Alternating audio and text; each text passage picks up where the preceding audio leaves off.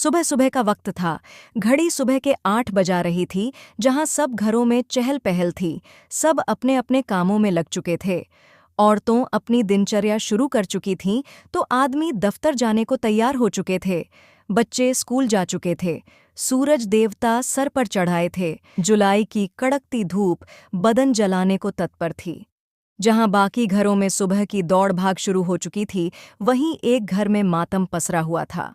बाहर 2 गाड़ियां खड़ी थीं और घर के बाहर लोग जमा हो गए थे, और हर कोई अंदर क्या हो रहा है ये देखने की कोशिश में लगा था। घर की साज सज्जा देखकर लग रहा जैसे कोई जलसा हुआ हो। वहां पर अंदर का माहौल बड़ा विकल था। गेट से अंदर जाने पर छोटा सा आंगन में जहां सोफा सेट रखा हुआ था और उस पर 3-4 40-50 साल के आदमी सर झुकाए मायूस से बैठे थे, जैसे उनका सब कुछ लूट गया हो। उनके सामने रमेश परेशान सा हाथ बांधे यहां से वहां चक्कर काट रहा था। उसकी बाहों और माथे की नसें तनी हुई थीं और चेहरा गुस्से से लाल था। जमीन पर बैठी औरतें विलाप कर रही थीं और माथा पीट पीट कर रो रही थीं, जैसे कोई स्वर्गवासी हो गया हो। वहीं पहली मंजिल पर सबसे कोने वाले रूम में पायल बेड पर बैठी हुई थी। गोरा रंग, मासूमियत से भरा छोटा सा गोल चेहरा, मांग में भरा लाल सिंदूर दूर से ही चमक रहा था। माथे पर कुमकुम की छोटी सी बिंदी लगी थी।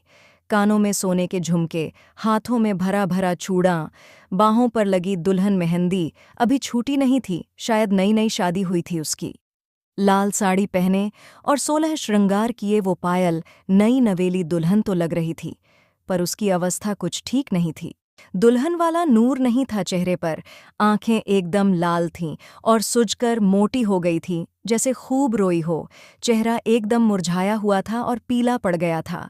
गले में मंगलसूत्र किसी फांसी के फंसे जैसा लटक रहा था, और अपने पैरों को मोड़कर सिमट कर बैठी वो अपने घुटनों पर अपना चेहरा टिकाए सामने की दीवार को घूरे जा रही थी। उन आंखों में बेइंतहा दर्द के साथ रोष भी था, लब भी हुए थे, और चेहरे पर पीड़ा के साथ साथ अजीब सा गुस्सा और तड़प झलक रही थी। उसके सामने एक कागज रखा था, तो छत पर लगे पंखे की हवा के वजह से फड़फड़ा रहा था। पायल अभी दीवार को घूर ही रही थी कि तभी एक औरत, जिसकी उम्र कोई 50 के करीब थी, वो मुंह पर आंचल रखे रोते हुए वहां आई और पायल को अपने सीने से लगाए छाती पीट पीट कर रोते हुए बोली, हाय क्या होगा अब मेरी बच्ची का। ये क्या अनर्थ कर दिया भगवान ने। किस गुनाह की सजा मिल रही है हमें और हमारी बेटी को। कैसा निर्मोही था जो हमारी बेटी को शादी के अगले ही दिन छोड़कर भाग गया। बिल्कुल सही सुना आपने। ये जो लड़की अब भी भावहीन सी सामने की दीवार को घूरे जा रही थी, वो ही पायल थी, जिसकी शादी को अभी मुश्किल से 1-3 दिन ही हुए थे। शादी नहीं करना चाहती थी वो। कुछ सपने थे उसके, और पढ़ लिख कर वो अपने पैरों पर खड़ा होना चाहती थी। पर माँ बाप की इच्छा के आगे उसकी एक नहीं चली। कॉलेज खत्म होने से पहले ही उसके लिए रिश्ते देखने शुरू कर दिए गए।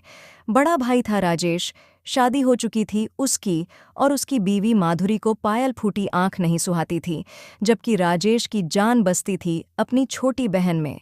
बचपन से साथ खेले कूदे बड़े हुए, हमेशा उसने पायल को हर मुश्किल से बचाने की कोशिश की। शादी की बात चलने पर उसने विरोध भी किया, पर उनके पिता धीरज जी ने साफ धमकी दी कि अगर वो उनके खिलाफ गया तो वो घर छोड़कर चले जाएंगे। जब इस घर में उनके फैसले की कोई अहमियत ही नहीं है, तो ऐसे घर में वो 1 मिनट नहीं रहेंगे। बस फिर क्या होना था। माँ शकुंतला देवी ने राजेश को खूब पट्टी पढ़ाई की। वो जो कर रहे हैं पायल के बेहतर भविष्य के लिए ही कर रहे हैं। माँ बाप हैं उसके, तो कुछ गलत नहीं सोचेंगे अपनी बेटी के लिए।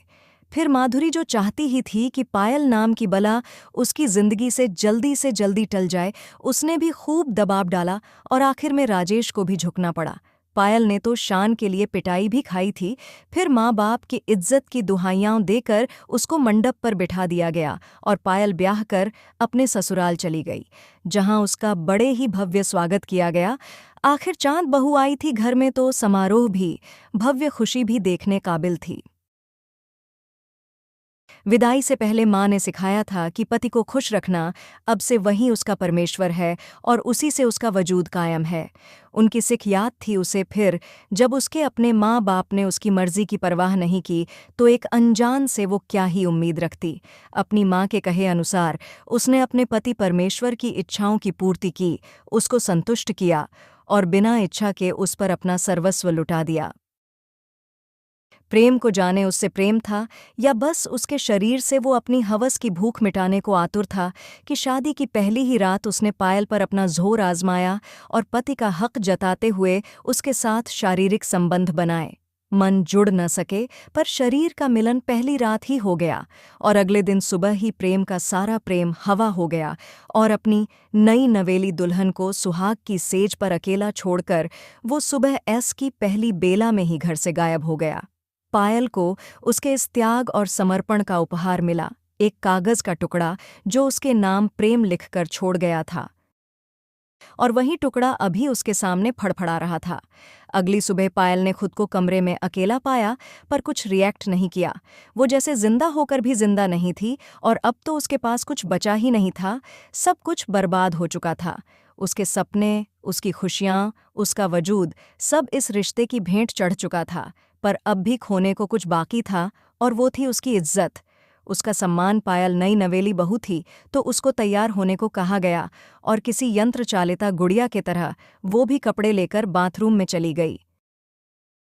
उसने गौर ही नहीं किया कि उसका पति प्रेम, जो रात को उस पर अपार प्रेम बरसा रहा था, वो शादी की अगली सुबह बिना बताए कहाँ गायब हो गया। उसको फर्क ही नहीं पड़ा इस बात से और उसने अब खुद को इस परिवेश में ढालने का फैसला कर लिया। शादी हो चुकी थी, पति पत्नी का संबंध बन चुका था उनके बीच, तो रिश्ते को स्वीकारने के अलावा अब कोई और रास्ता भी कहाँ था उसके पास। अपनी किस्मत को उसने अपने सर माथे पर रख लिया, वहाँ भी उसकी किस्मत उसको धोखा दे गई। प्रेम कहता, मैं तुमसे प्यार नहीं करता और न ही कभी तुमसे शादी करना चाहता था। मुझे अपने ऑफिस में काम करने वाली सरोज से प्यार है और उसी से शादी करना चाहता था, पर मम्मी पापा ने हमारे रिश्ते के लिए इनकार कर दिया और उन्हें तुम पसंद आ गई। उनके दबाव में आकर मैंने तुमसे शादी की, पर मैं इस शादी को नहीं निभा सकता। मैं जा रहा हूँ, तुमसे मेरा कोई संबंध नहीं। मम्मी पापा को उनके पसंद की बहू चाहिए थी, सो मिल गई। अब मैं अपने प्यार के साथ अपनी जिंदगी बिताने जा रहा हूँ। मेरी वापसी की राह मत देखना, क्योंकि मैं कभी लौटकर तुम्हारे पास नहीं आऊँगा। तुम चाहो तो मेरे घर में रह सकती हो, क्योंकि मैं अब लौटकर वापस उस घर में कभी नहीं आने वाला। बस इतना ही लिखा था उस कागज पर और यही काफी था पायल की दुनिया बर्बाद करने के लिए। अपना सब कुछ लुटाकर भी वो कुछ नहीं बचा सकी। मेहमानों से भरे घर में जब ये बात खुली तो सारे घर में हाहाकार मच गया। प्रेम को ढूंढा जाने लगा, औरतों का रोना धोना शुरू हो गया। प्रेम की माँ गरिमा जी एक भली औरत थी, बड़े अरमानों से अपने एकलौते बेटे की बहू घर लाई थी, पर बेटे की इस हरकत ने उनका सर शर्म से झुका दिया। पर उन्होंने अपने उस धोखेबाज और फरेबी बेटे के जाने का दुख नहीं मनाया, बल्कि पायल को सांत्वना देने लगी। अवधेश जी, प्रेम के पिता, पुलिस में कंप्लेन लिखा आए और वो बहुत ही गुस्से में थे अपने बेटे की इस हरकत के वजह से। मानसी, प्रेम की छोटी बहन जो 12वीं में थी, अपने भाई के लिए खूब चीख पुकार कर रही थी, पर पायल के लिए उसको बुरा भी लग रहा था। जाने इन सज्जनों के घर वो धूर्त आदमी कैसे पैदा हो गया था। खैर, अब बेटे ने हर जगह थू थू करवा ही दी थी। औरतें जहां पायल के लिए दुख मना रही थीं, तो वहीं उसको भला बुरा सुना भी रही थीं। पायल तो पत्थर बनी बैठी थी, जैसे उसे खुद का होश ही न हो। यहाँ लोग उसको सांत्वना कम दे रहे थे और उलाहना दे रहे थे कि कैसी औरत है, अपने मर्द को खुद से बांधकर नहीं रख सकी। शादी के अगले दिन ही पति दूसरी ओर के पास चला गया तो जरूर इसी में कोई कमी होगी। जरूर उसकी जरूरतों का ध्यान नहीं रखा होगा, पति को संतुष्ट नहीं कर सकी होगी। लड़की में ही खोट है। अपसगुणी है ये, इसके घर में आते ही प्रेम घर छोड़कर चला गया।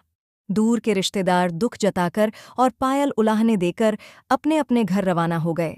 पायल पत्थर सी बन गई थी, न कुछ खाती और न ही बोलती, बस जिस बिस्तर पर उसका स्वाभिमान रौंदा गया था उस पर सिमट कर बैठी रहती और उस पेपर को घुरती रहती। 3 दिन तो बात किसी तरह पायल के घर वालों से छुपा ली, पर चौथे दिन राजेश अपनी बहन को लेने पहुंच गया और सब सारी बात उसके सामने आ गई। खूब हंगामा हुआ वहां। राजेश का गुस्सा सहन से बाहर जा चुका था। उसने अवधेश जी और गरिमा जी को बहुत सुनाया कि जब बेटा नहीं तैयार था तो जबरदस्ती शादी करवाकर उसकी बहन की जिंदगी क्यों बर्बाद की। अपना गुनाह कुबुलते हुए दोनों ने शर्मिंदगी से अपना सर झुका लिया। राजेश ने उसके बाद 1 मिनट के लिए भी पायल को वहां नहीं रहने दिया। उसकी हंसती खेलती जिंदगी की ये हालत उसके बर्दाश्त से बाहर थी और अंदर ही अंदर गुस्से से जल रहा था वो। कुछ देर पहले ही पायल अपने घर आई थी और अपने रूम में बैठी फिर दीवार को घूर रही थी। इसको अंदर ही अंदर तबाह कर रहा था, पर इससे सभी अनजान थे। मातम का माहौल था, हर कोई उसकी चिंता कर रहा।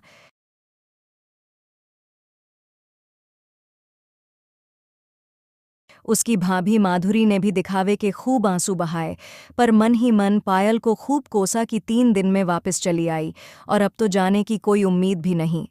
घर में कुछ रिश्तेदार भी आए थे, जो शाम होते होते रवाना हो गए। राकेश की तो हिम्मत नहीं हुई कि पायल से मिल ले या कुछ बात कर ले, क्योंकि कहीं न कहीं वो उसकी इस बर्बादी का जिम्मेदार खुद को ठहरा रहा था। पायल की जिंदगी हर तरफ से बर्बाद हो चुकी थी, जिंदा होकर भी जिंदा नहीं थी। कुछ वक्त पहले तक जिस लड़की की हंसी और शैतानी से ये आंगन खिलखिलाता था, जो आजाद पंछी की तरह यहाँ से वहाँ उड़ती रहती थी, अब एकदम से बिल्कुल खामोश हो गई थी। अजीब रंग दिखाए थे उसे, जिंदगी ने मायके वालों को भगाने की जल्दी थी। बिना मर्जी के शादी करवा दी, पति शादी के अगले ही दिन छोड़कर चला गया। ससुराल से 3 दिन में दाना पानी उठ गया और अब वापस उसी जगह आ गई थी जहां से उसकी बर्बादी का ये किस्सा शुरू हुआ था। अब देखना ये था कि क्या लिखा है उसकी किस्मत में। आगे उसके साथ क्या होने वाला था। उसकी जिंदगी में अब खुशियां आने वाली थीं या अभी दुखों का सिलसिला जारी रहने वाला था।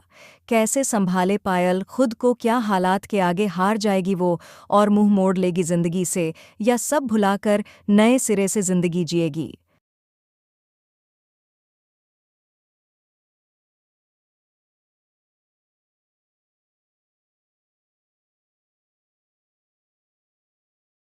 दोस्तों, इस कहानी का अगला भाग 2 देखने के लिए हमारे YouTube चैनल को सब्सक्राइब, लाइक और ज़्यादा से ज़्यादा कमेंट करें।